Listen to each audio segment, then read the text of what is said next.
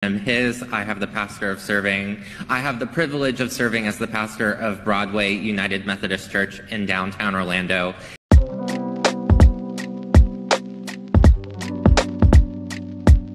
Oke, akhir-akhir ini ada satu isu teologis yang makin saya bilang ya, makin aneh nih. Isu teologisnya adalah kaum LGBT sudah bisa masuk jadi pendeta di gereja. Bayangin aja.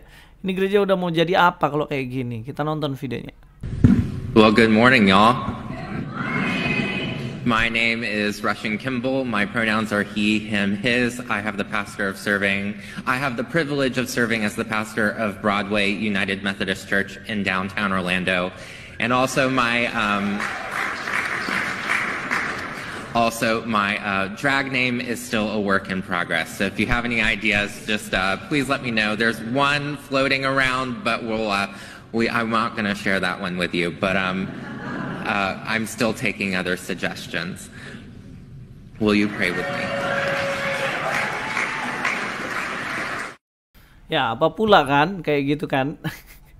Ini pendeta diangkat, katanya dia melayani di satu gereja di Orlando sana, dan dia akan melayani sebagai seorang pastor, seorang pendeta.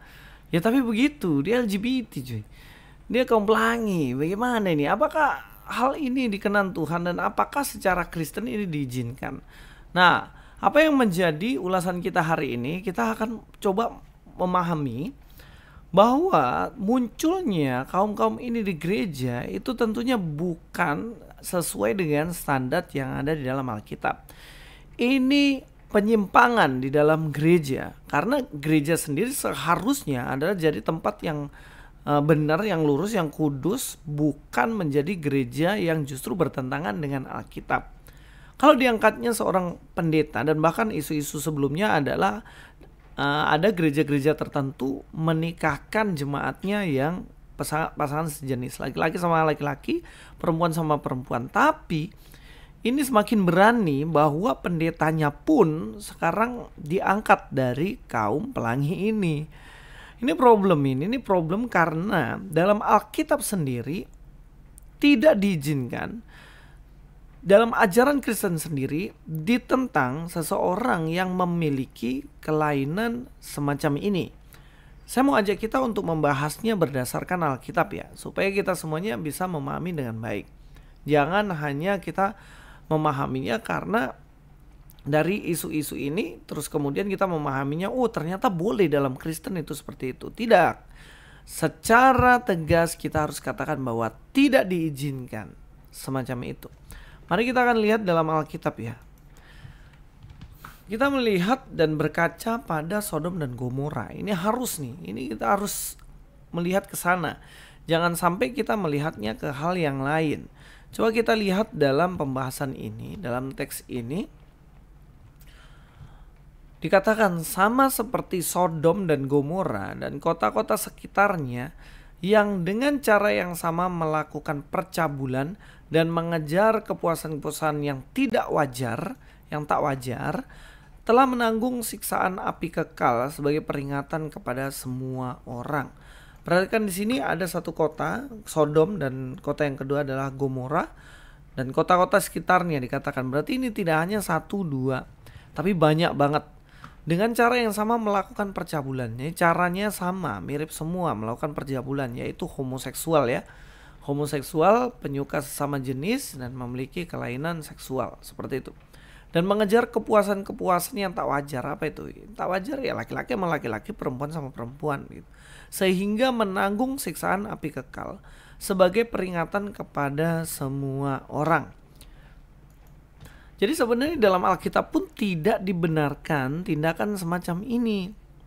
Seperti tadi, pendeta memperkenalkan diri, dia diangkat sebagai pastor tapi make upnya kayak perempuan, gayanya kayak perempuan, dan kemudian mungkin saja dia juga penyuka sesama jenis. Ini kan sama dengan Sodom dan Gomora yang dihukum Tuhan. Bahkan pada waktu itu orang-orang menjadi tiang garam, termasuk istri dari Lot, karena dia melihat ke belakang menjadi tiang garam. Ya ini bisa kejadian ini kenapa? Karena mereka memiliki dosa yang sama. Dosanya yaitu LGBT. Dosanya adalah penyuka sesama jenis Dia tidak melakukan seperti sewajarnya seseorang, yaitu laki-laki dan perempuan, tapi penyimpangan. Dan Sodom dan Gomora ini menjadi semacam satu pengingat dari Tuhan untuk semua manusia supaya tidak melakukan hal yang sama, supaya tidak melakukan sesuatu yang sama, yaitu kaum pelangi ini gitu. Dan di ayat ini tidak hanya didukung dalam ayat ini, tidak hanya dalam kisah Sodom dan Gomora, tapi dalam ayat Alkitab tuh masih banyak lagi ayat-ayat yang secara tegas menyatakan pertentangan dan menentang hal ini. Mari kita lihat di dalam Alkitab lagi ya.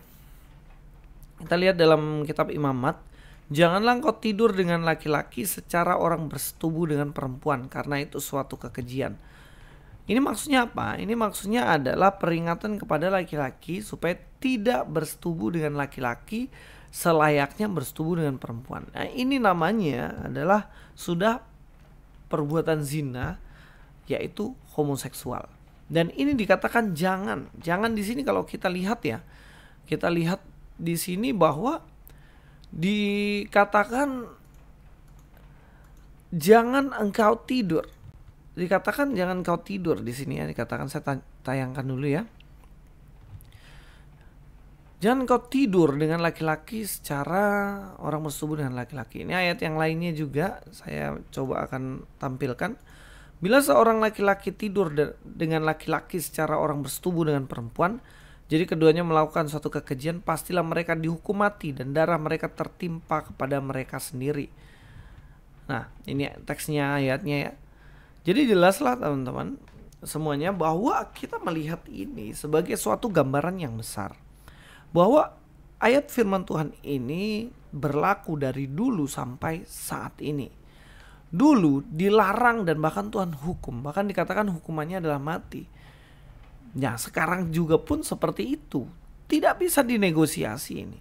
Karena ini penyimpangan dan ini dosa perzinahan. Bahkan Tuhan Yesus sendiri kan mengatakan bahwa orang yang melihat orang lain dan menginginnya, ya, laki-laki yang melihat perempuan dan mengingininya, itu sudah sama dengan zina dalam hati. Apalagi ini tindakan melakukan persetubuhan dengan sesama jenis. Tuhan katakan di situ bahwa dihukum mati. Oke, hukuman mati ini untuk orang-orang pada zaman itu, khususnya Israel ya. Jadi kalau zaman sekarang ya kita nggak bisa memaknai bahwa kita harus hukum mati semua orang yang memiliki penyimpangan seperti ini. Tidak. Tetapi ini menyatakan tegas bahwa Tuhan tidak mengizinkan adanya perkawinan satu jenis. Ini tegas loh. Ajaran Kristen tuh tegas seperti itu. Jadi jangan sampai dipakai, di gereja ternyata ada pendeta LGBT, jadi Kristen mengizinkan itu. Tidak sama sekali. Tidak mengizinkan sama sekali. Mari kita akan lihat dalam bagian ini lagi. Karena itu Allah menyerahkan kepada hawa nafsu yang memalukan, sebab istri-istri mereka menggantikan persetubuhan yang wajar dengan yang tak wajar. Kalau ini sebaliknya, istri-istri yang melakukan persetubuhan yang tidak wajar. Kalau yang tadi kan laki-laki, ini perempuan. Jadi sama sebenarnya, Alkitab itu yang baik laki-laki perempuan dilarang memiliki hubungan yang salah gitu, yang sejenis. Kalau kita lihat di sini tentang tidak ada gereja sedikit pun mengizinkan hal ini.